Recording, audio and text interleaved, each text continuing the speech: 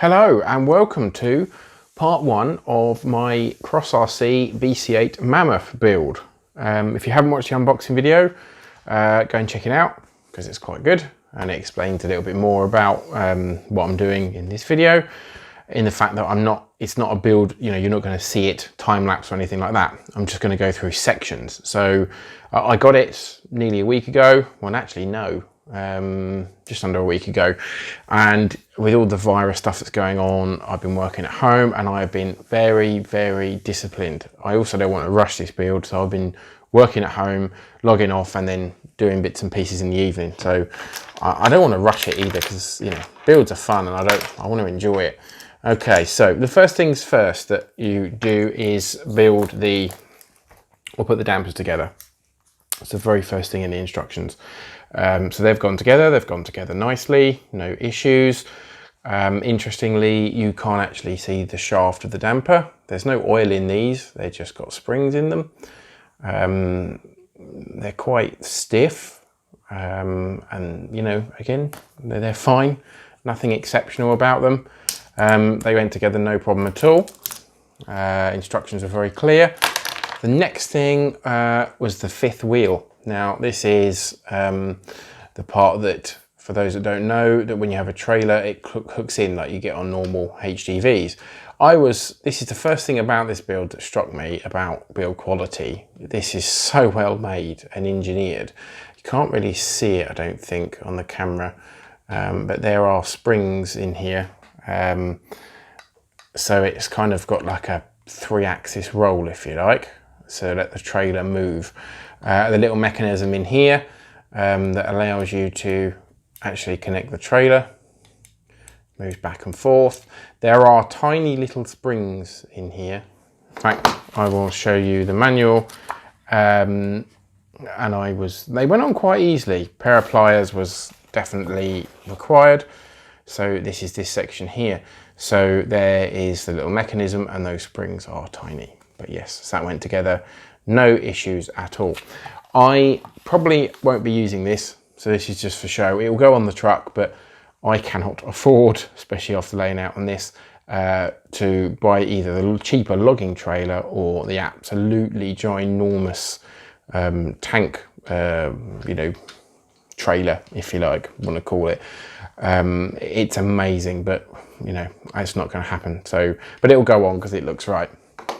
The next thing after that was to do all of the tires, so mount them, bead locks.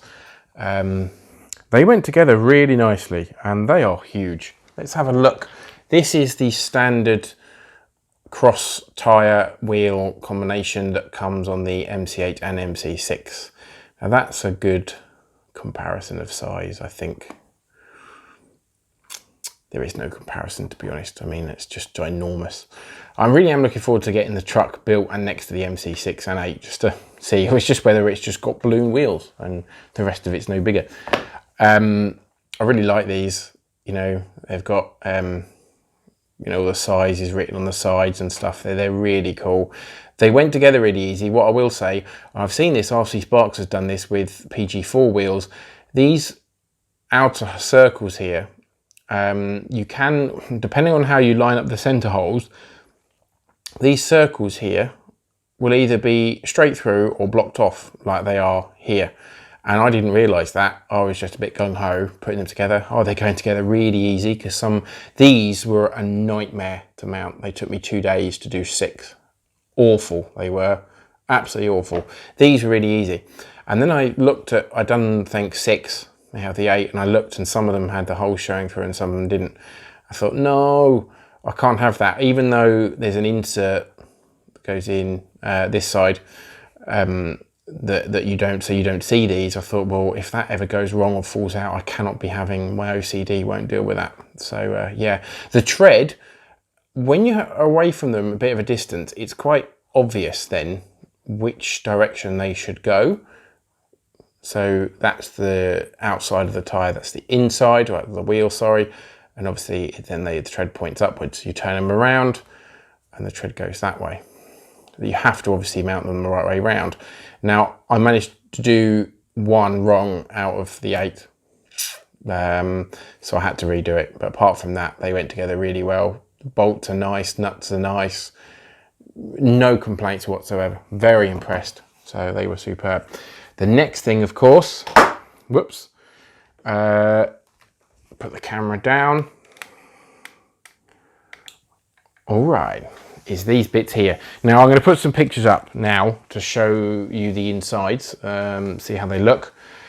Effectively, these are the axles, diffs, whatever you want to call them. And I've never built anything like this before.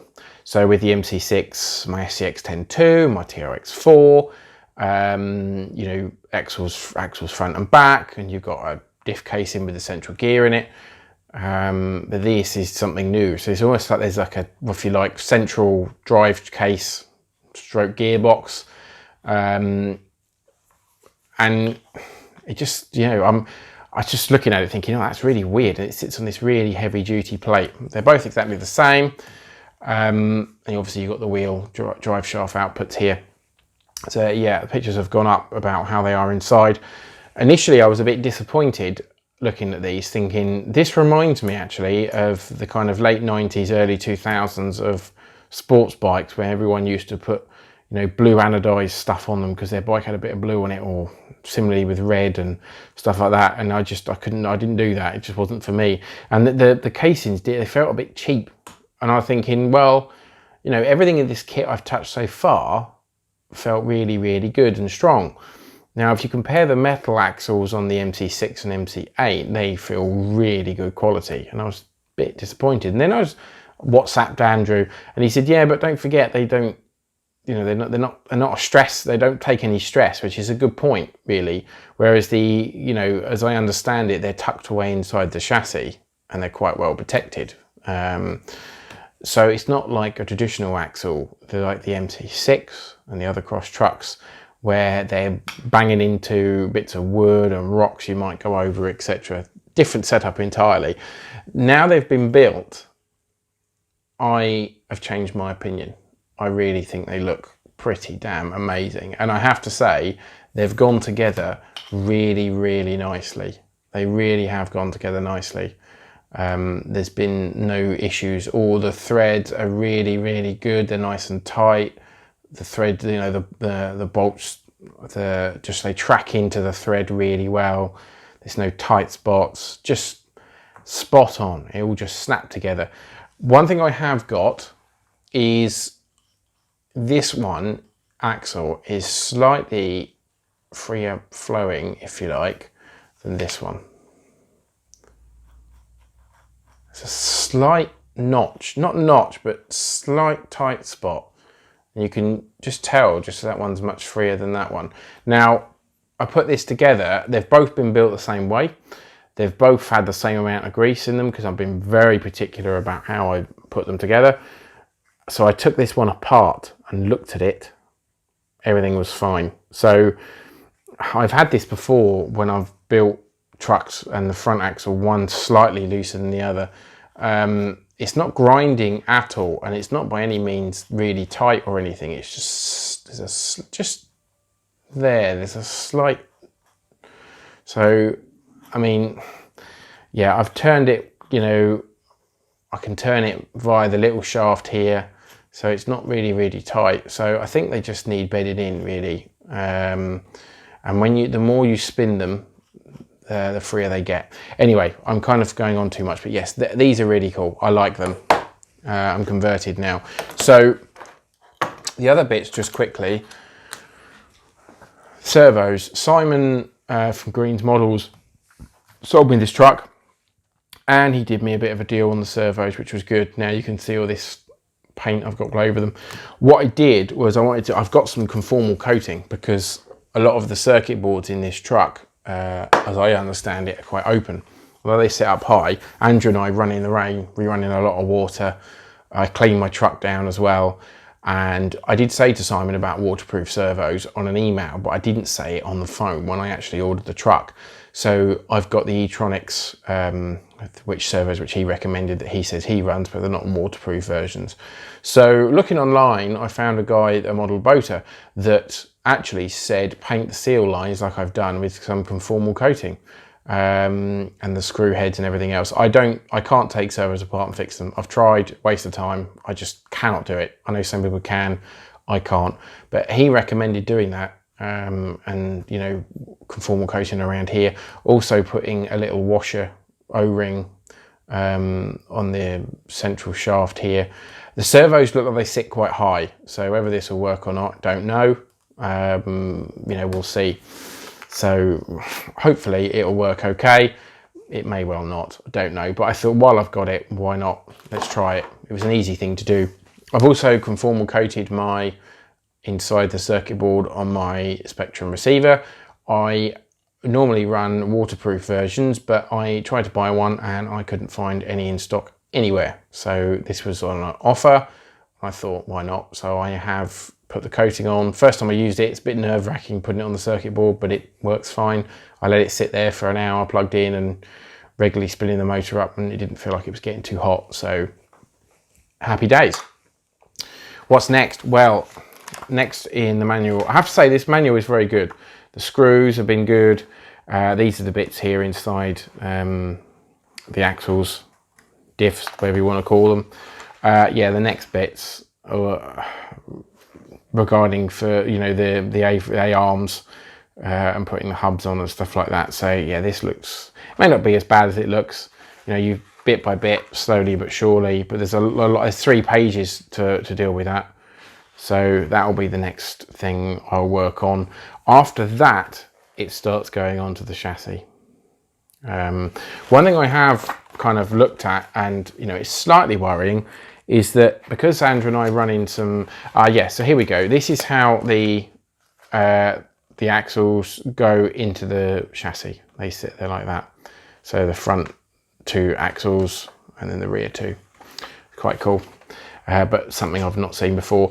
What's interesting here as well, I mean, I shouldn't skip ahead really, but these measurements, I'm not quite sure exactly what that bit is and how you adjust that and make sure. Mal, if you're watching, mate, hopefully you will, you can tell me what that's all about. I know it'll probably become obvious when I build it, but yeah, I don't know what these measurements are because they're slightly different. I mean, 0.5 of a mil, that's very specific, and I'm assuming it has to be like that because they wouldn't tell you otherwise. But yeah, so Mal, any feedback or anyone else, that'd be quite good. So my thought looking at this, because Andrew and I do run in mud, you'll see from my MC videos, and I don't particularly want to, you know, baby this truck, if you like. It's not what it's for, but it means, you know, you run it in water and mud, you have to strip it down, clean the bearings and grease things. I don't believe that getting to these axles, correct me if I'm wrong, is going to be very easy.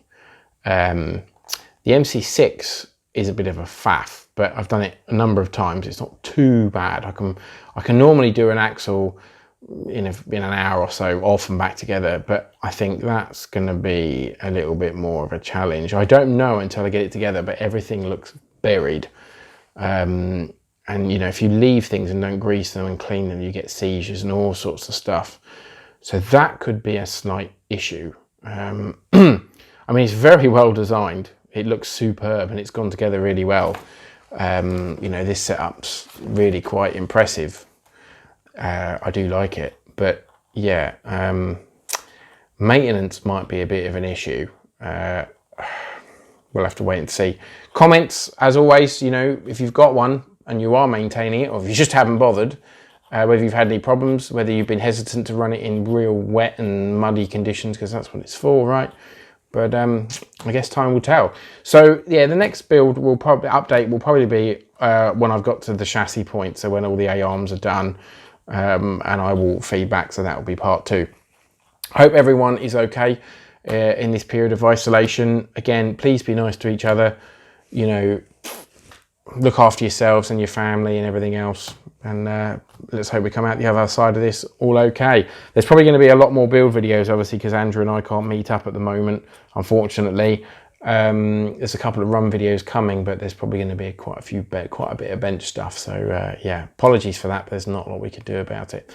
Anyway, take care, thanks for watching as always, please like and subscribe, and look out for the next build series. Bye for now.